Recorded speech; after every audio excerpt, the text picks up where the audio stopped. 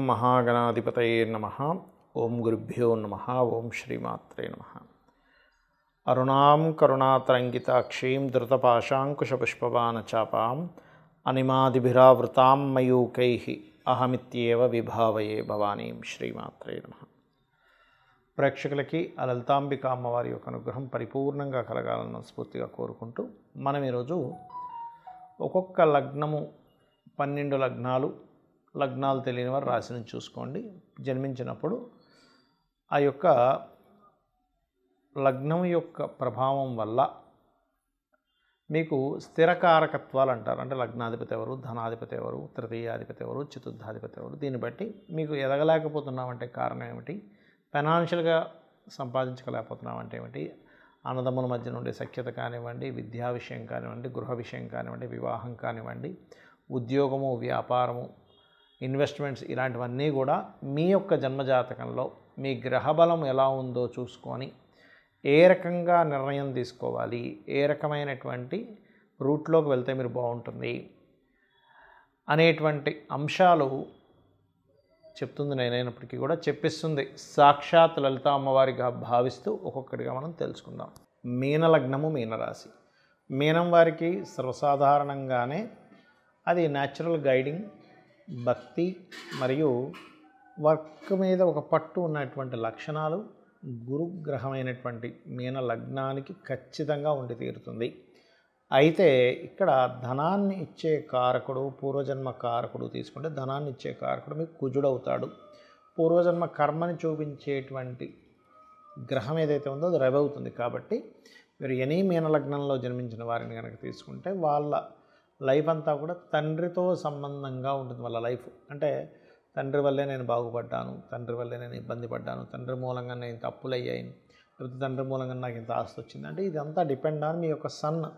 అంటే మీ జన్మజాతకంలో కనుక సూర్య భగవానుడు బాగున్నాడు అనుకోండి, ఇంకా మీకు పూర్వజన్మ కర్మ అద్భుతంగా ఉంది, ఇంకా మీరు దాని గురించి ఏమీ టెన్షన్ పడవలసిన అవసరం లేదనేటువంటిది మీరు అర్థం చేసుకోవాలి.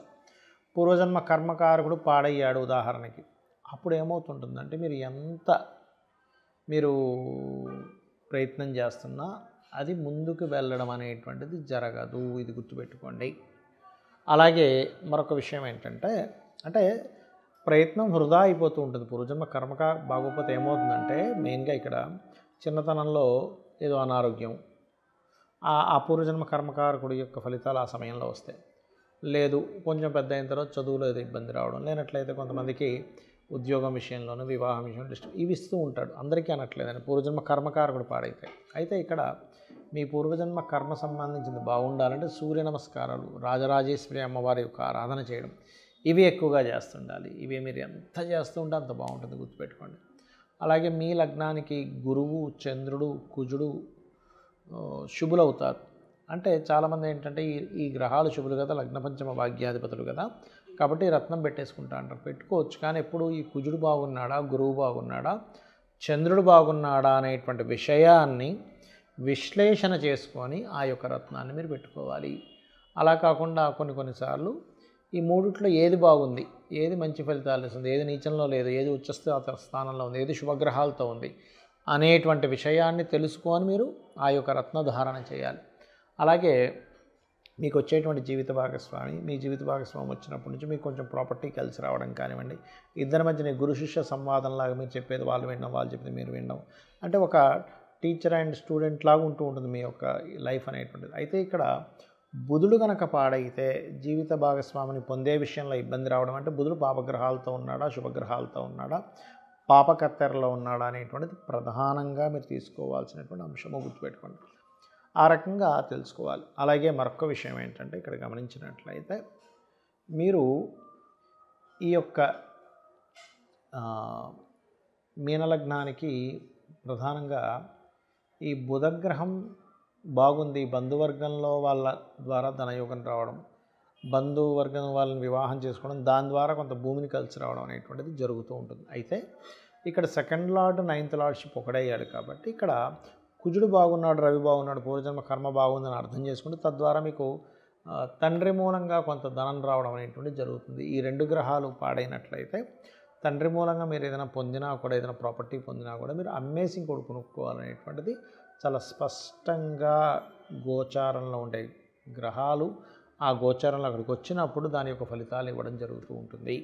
కాబట్టి మీరు ఎక్కువగా రాజరాజేశ్వరి అమ్మవారి యొక్క ఆరాధన చేయండి, మరియు సూర్య నమస్కారాలు ఎక్కువగా చేయండి, సూర్యుడికి అర్ఘ్యం వదలండి, గోవులకి ఖచ్చితంగా మీరు గోధుమ రవ్వ తినిపించండి. మీ పూర్వజన్మ కర్మ ఏదైతే ఉంటుందో అది బ్యాడ్ ఫలితాలు ఇవ్వడం తగ్గడము, మంచి ఫలితాలు రావడం అనేటువంటిది జరుగుతుంది. అయితే ఇక్కడ చాలామందికి ఏంటంటే మేము ఎన్నో పూజలు చేస్తున్నామండి, జాతకంలో ఈ గ్రహం బాలేదన్నారు, పలానా దేవతామూర్తి దగ్గరికి వెళ్ళాం, పలానా ఇంట్లో పలానా పూజ సంబంధించి చేసుకుంటున్నాము, ఇవన్నీ చెప్తూ ఉంటారు. కానీ ఇక్కడ మనం అర్థం చేసుకోవాల్సిన విషయం ఏంటంటే పూజ తల్లి యొక్క ప్రేమ, వాత్సల్యము, అనురాగం ఇవన్నీ కూడా బాహ్యంగా చేసేవి కాదు, బాహ్యంగా చూపించేవి కాదు, మనసుతో చూపించేవి. ముఖ్యంగా ఆ పూజ అనేటువంటిది ఏదైతే ఉందో మీరు మానసికంగా ఎప్పుడైతే చేస్తారో, అంటే బాహ్య పూజలు చేయొద్దని కదా నా ఉద్దేశం, మనసు దానికి కనెక్ట్ అవ్వాలి.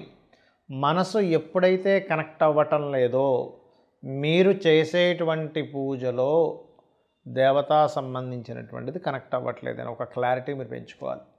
అలా మీరు కనుక మనసుని పెట్టి కనుక మీరు పూజ చేయగలిగితే, ఇప్పుడు మనం గ్రహం పలానాది బాలేదు, ధనాధిపతి బాలేడు, అందుకే ధన సంబంధించిన ఇబ్బంది వస్తుంది అన్నప్పుడు మీరు మనసు పెట్టి కనుక ఓం సంపత్కరీ సమారూఢ సింధుర వ్రజ సేవితాయే నమః అని చదివారనుకోండి, 100% ఆ మంత్రం పనిచేస్తుంది. మనసుతో ఇప్పుడు గోశాలకు వెళ్ళారు, ఫైనాన్షియల్గా బాగా ఉండాలి అని అనుకుంటున్నాం, అప్పుడు ఏం చెప్తారు రెమెడీ? తీపి చపాతీలు అంటారు. అంటే ఏమిటి? నూనె వేయకుండా ఒక 3 చపాతీలు తీసుకొని దానికి తేనెను పూసి చిన్న చిన్న ముక్కలు చేసి ఓం సంపత్కరీ సమారూఢ సింధుర వ్రజ సేవితాయ నమః అని కానీ, లేదా ఓం ధర్మాధ్యక్ష ధనాధ్యక్ష ధనధాన్య వివర్ధనీయ నమః అని కానీ పెడుతూ ఉన్నట్లయితే ఖచ్చితంగా, అంటే ఇక్కడ ఏంటి, మనసు కనెక్ట్ అవ్వాలి.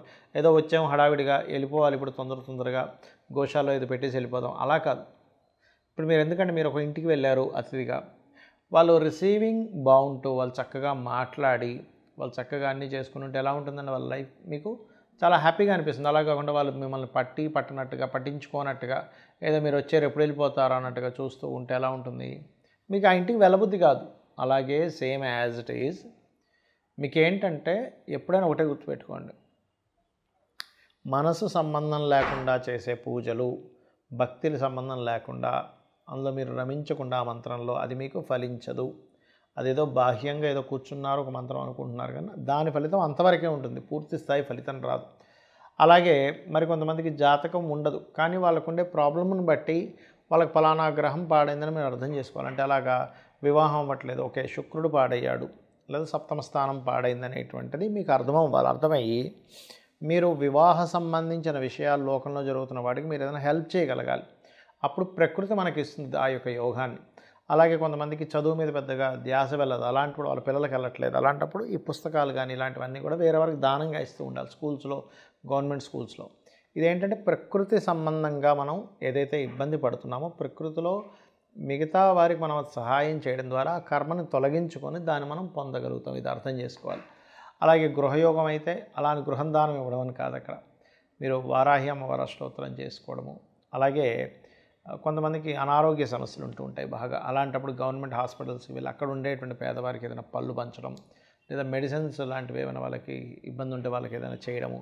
ఇలా మీరు ఎప్పుడైతే మీ యొక్క కర్మని బ్యాలెన్స్ చేసుకుంటారో అది ఆటోమేటిక్గా సెట్ అవుతుంది. కొంతమందికి చూడండి జాబ్ ఉండదు, మీరు చేసే జాబ్ ఒక 50,000, 60,000, ₹1,00,000 శాలరీ అనుకోండి. ఇంకొంతమంది చిన్న చిన్న జాబ్స్ చేస్తుంటారు 10,000కి, 15,000కి ఇలా. అప్పుడు మీకు ఆ స్కోప్ తెలుస్తుంది, పలానా షాప్లో పలానా జాబ్ రెడీగా ఉంది, మీకు తెలిసిన ఒక వ్యక్తి ఆ జాబ్ కోసం వెతుకుతున్నాడు, పెద్దగా చదువుకోలేదు, ఓ 15,000 జాబ్ కైనా సెట్ అవుతాను అంటున్నాడు. అలాంటప్పుడు మీరు ఆ వ్యక్తికి ఏమంటే పలానా దగ్గర ఉందని ఒక చిన్న మాట సహాయం కనుక మీరు చేయగలిగితే మీకు ప్రకృతి ఏం చేస్తుందంటే మీరు ఇంకొకరి నుంచి పొందేలా చేస్తుంది. అంటే మనం ఏదైతే ఇస్తామో ప్రకృతికి అది మనకిస్తుంది. ఇది ప్రధానంగా గుర్తుపెట్టుకోండి. మనం ఏది ఇస్తామో అది మనం పొందుతాము. అలాగే మరి ఈ దేవతా సంబంధించింది ఎలా పొందుతాము అంటే మనకి శాస్త్రం ఏం చెప్తుందంటే మీరు గంధం, పంచోపచారాల్లో గంధాన్ని మీరు సమర్పిస్తారు. భూతత్వ సంబంధించినటువంటి ఎనర్జీస్ మనకు వస్తాయి ఈశ్వరుడికి సమర్పించినప్పుడు. వాయు సంబంధించినవి, ఆకాశ సంబంధించిన అంటే పుష్పాలు సమర్పించడం ద్వారా ఆకాశము, ధూపం వల్ల వాయు సంబంధించిన, దీపం వల్ల అగ్ని సంబంధించిన, నైవేద్యం వల్ల ఒక్కొక్క దానికి ఒక్కొక్క ఆకాశతత్వము, జలతత్వము, భూతత్వము ఈ రకంగా మనకి అభిషేకం వల్ల జల సంబంధించినటువంటి అంటే ఈ పంచభూతాల యొక్క ఎనర్జీస్ ఏవైతే ఉన్నాయో మనకి సకాలంలో చక్కగా మీకు అందడం జరుగుతుంది. శ్రీమాత్రే నమః.